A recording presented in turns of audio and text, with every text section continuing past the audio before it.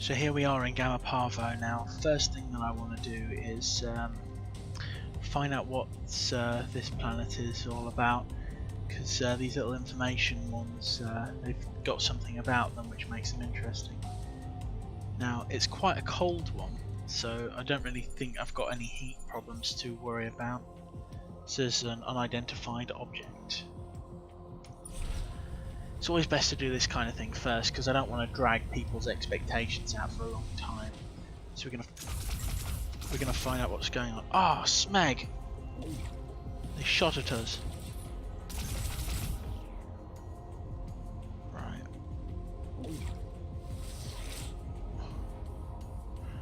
So unknown entities. There are 6 of those. So I've got to take these out quickly.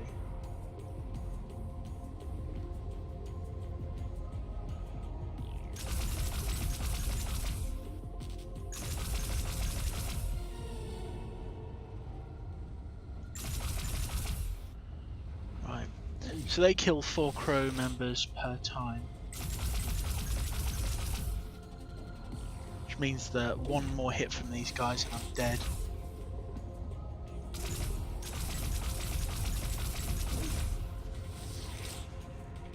Right, we've got 3 enemies left. Feel like 007.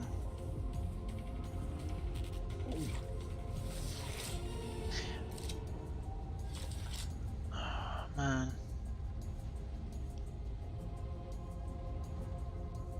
Come on.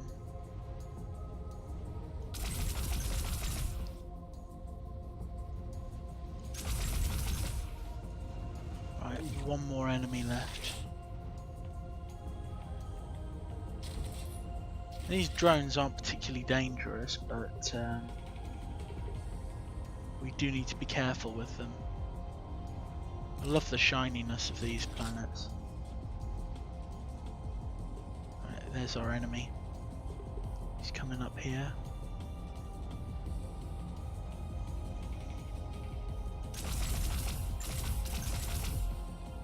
Right, there we go.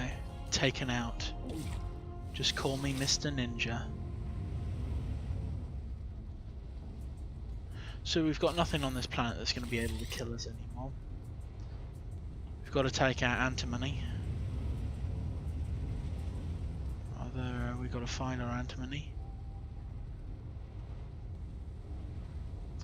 So we know where the other stuff is.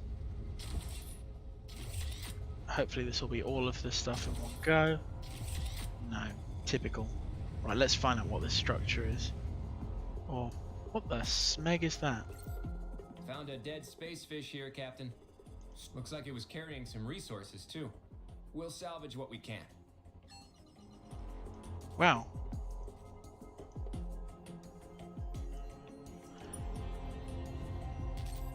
We're back at that dead space fish, Captain. Not much more we can do here. That's very, very weird. I'm guessing that was a Mukray.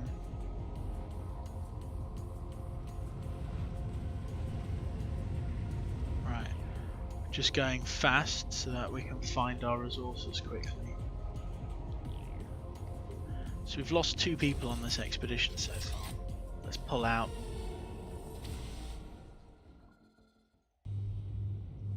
Right.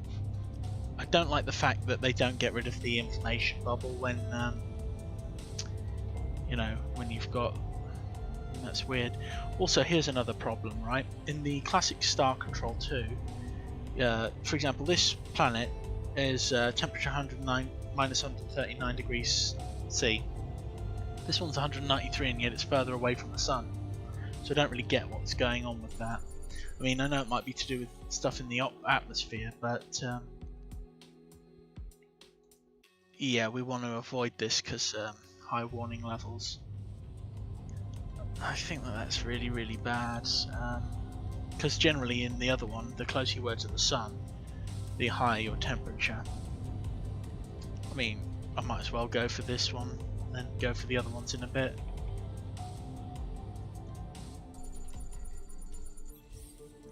Right, now this one's minus 203. Helium, oxygen and radon.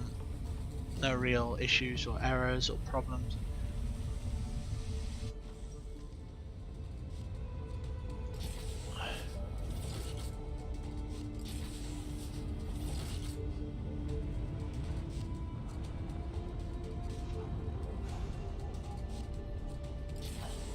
Thing is, I do like the planetary exploration. I really like the little sparkles and everything.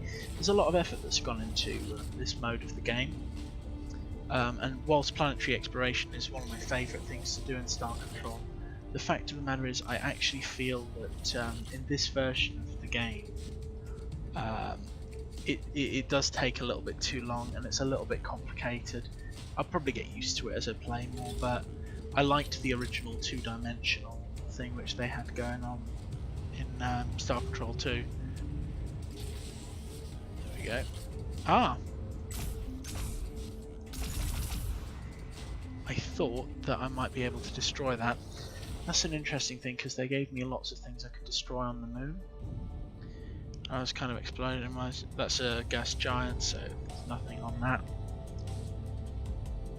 Right. I wonder why they don't try and initiate contact with me, but I suppose that's to stop people being harassed, because in the original one there was quite a bit of harassment that came on from enemies. Right. No issues with this planet, it seems.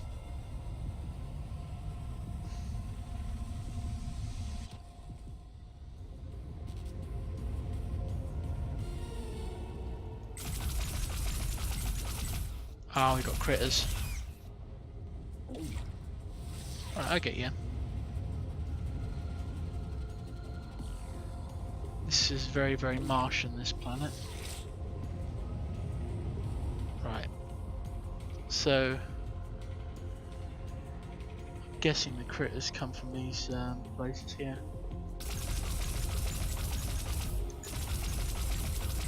Right, so that's a tough sort of enemy. Right.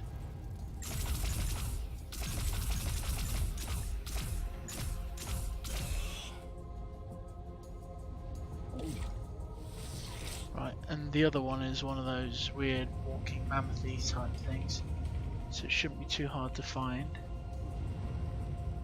Alright.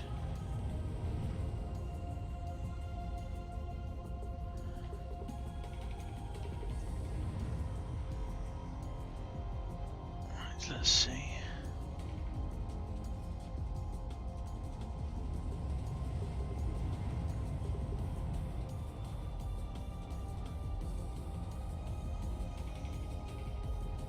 I mean, if we cover the planet in the right way, we should be able to find the blooming thing.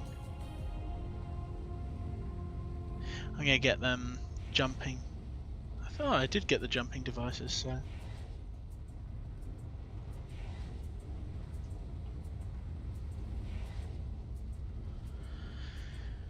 Right, I don't think that I'm going to be able to find this final critter just by the looks of things, so I'm probably going to pull out in about, I'll call it, give it 20 more seconds. So 1, 2, 3, 4, 5, 6, 7, 8, ah ha ha ha.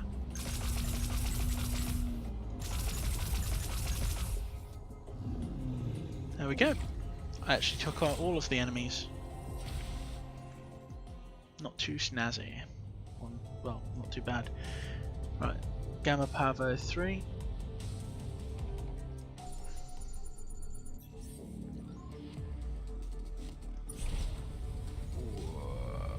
Okay. So, ethanol and silicon compounds on this planet.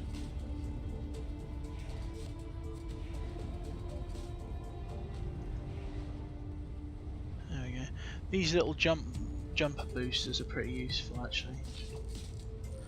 Well, I'm probably not even using them right. They're good for getting stuff out of the way. Yeah, it's pretty cool. Gonna pull out, wash. My planetary exploration speed has gone up slightly. I think I've got one more planet in the system to go to.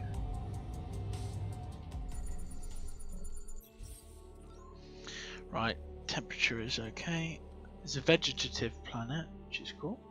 Don't really know what that means, but let's find out. Alright, 2 resources there. Gonna go there first.